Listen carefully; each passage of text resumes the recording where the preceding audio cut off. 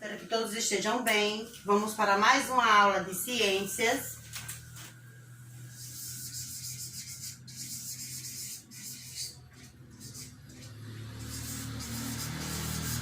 Peguem o caderno 2 e abram na página 37 do caderno 2. Caderno 2, na página 37. Nós vamos falar sobre a importância das plantas para o ambiente.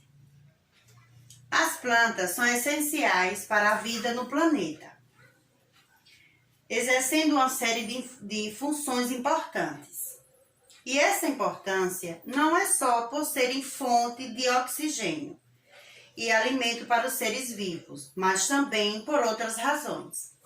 Já vimos que, durante a fotossíntese, as plantas retiram do ambiente o gás carbônico. O acúmulo desse gás na nossa atmosfera influencia na temperatura do planeta, deixando-o mais quente. O conhecido aquecimento global. Nesse caso, as plantas atuam no controle da temperatura da Terra. Daí a importância de se preservar as florestas. Veja a seguir mais algumas funções benéficas que as plantas exercem para o meio ambiente.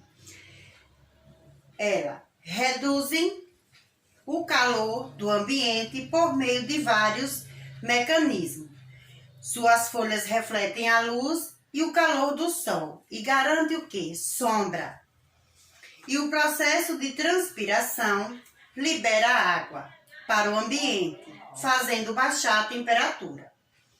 Servem de habitat para uma série de seres vivos, além de fornecerem alimentos, sendo a base da cadeia alimentar, terrestre e aquática.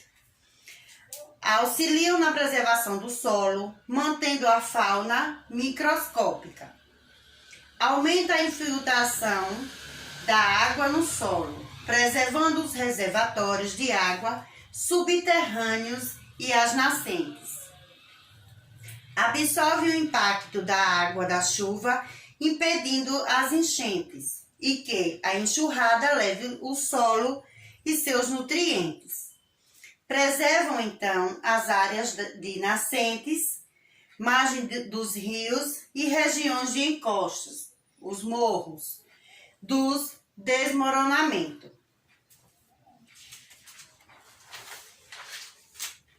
Aqui vocês veem a imagem.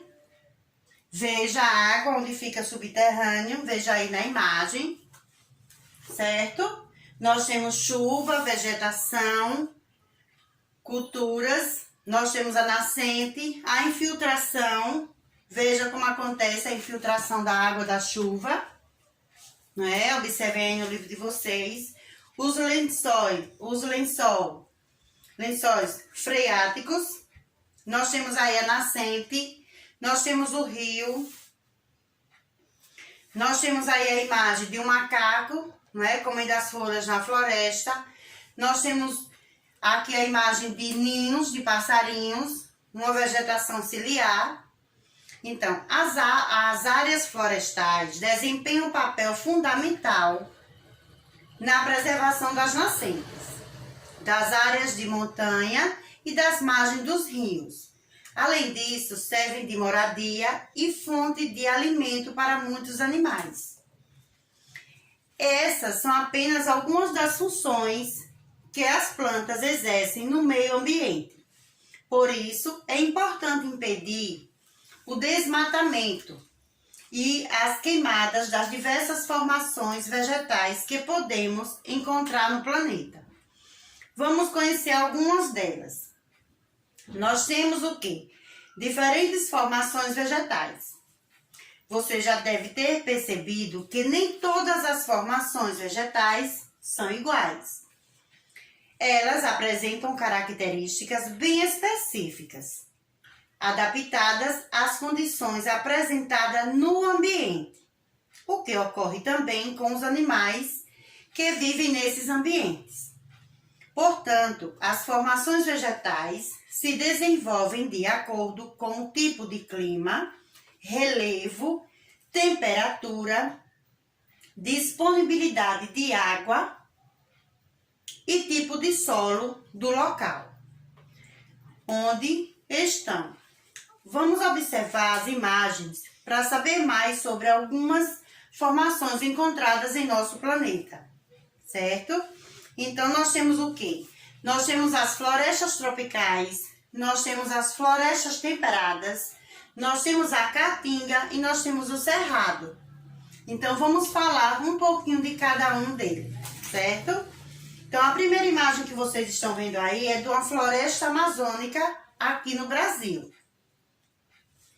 As florestas tropicais se caracterizam por apresentar árvores com folhas grandes e largas. São geralmente úmidas, quentes e recebem muita luz. No Brasil, temos como exemplo a Mata Atlântica e a floresta amazônica. A maior floresta tropical do mundo. Ambas são florestas de grande biodiversidade, ou seja, onde encontramos várias espécies de seres vivos, incluindo diferentes plantas, mamíferos, répteis, anfíbios, aves e insetos. Então, nas florestas tropicais. Na página 39, nós temos o quê? As florestas temperadas. Veja aí a imagem ao lado de uma floresta temperada. Existem florestas que são adaptadas a ambientes mais frios, como invernos rigorosos. Geralmente, o tipo de árvore que encontramos nessa formação vegetal são os pinheiros, com suas folhas em forma de agulha para evitar o acúmulo de neve. No Brasil, temos a mata das araucárias, na qual encontramos o característico pinheiro do Paraná, com seus pinhões que servem de alimento para vários animais, como a gralha azul e os esquilos. Então, vocês observem aí ao lado a imagem. Observem aí no livro de vocês. Agora vamos falar sobre a caatinga. Ambientes com muita luz e com pouca disponibilidade de água, que geralmente não apresentam florestas exuberantes, mas altamente adaptadas a essas condições. Então, as árvores são mais baixas, suas folhas são pequenas, para evitar a perda de água pela transpiração. E muitas espécies têm espinhos. Um exemplo desse ambiente é a caatinga, na qual há pouquíssima quantidade de chuva. Então, na caatinga, a chuva é pouquíssima, né? Como está dizendo. Nesse ambiente, encontramos grande diversidade de cactos. Os animais que habitam a caatinga são adaptados a viver em ambientes mais secos, como as aves carcará, ararinha azul, asa branca e várias espécies de répteis, como cobras e lagartos. Veja aí a caatinga, veja a diferença que é a caatinga, né? E a floresta temperada. Que a floresta temperada, o clima é o quê? É um clima de inverno rigoroso. Já a caatinga, a chuva é rara. Vamos para o cerrado. O cerrado é um tipo de formação semelhante à savana africana.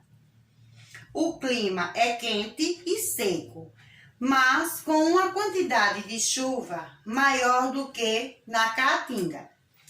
As plantas têm troncos de casca grossa e retorcido. Vocês observem aí Ao lado, nós temos a imagem de um tronco retorcido, não é? Folhas pequenas que são adaptadas para não perder água pela transpiração.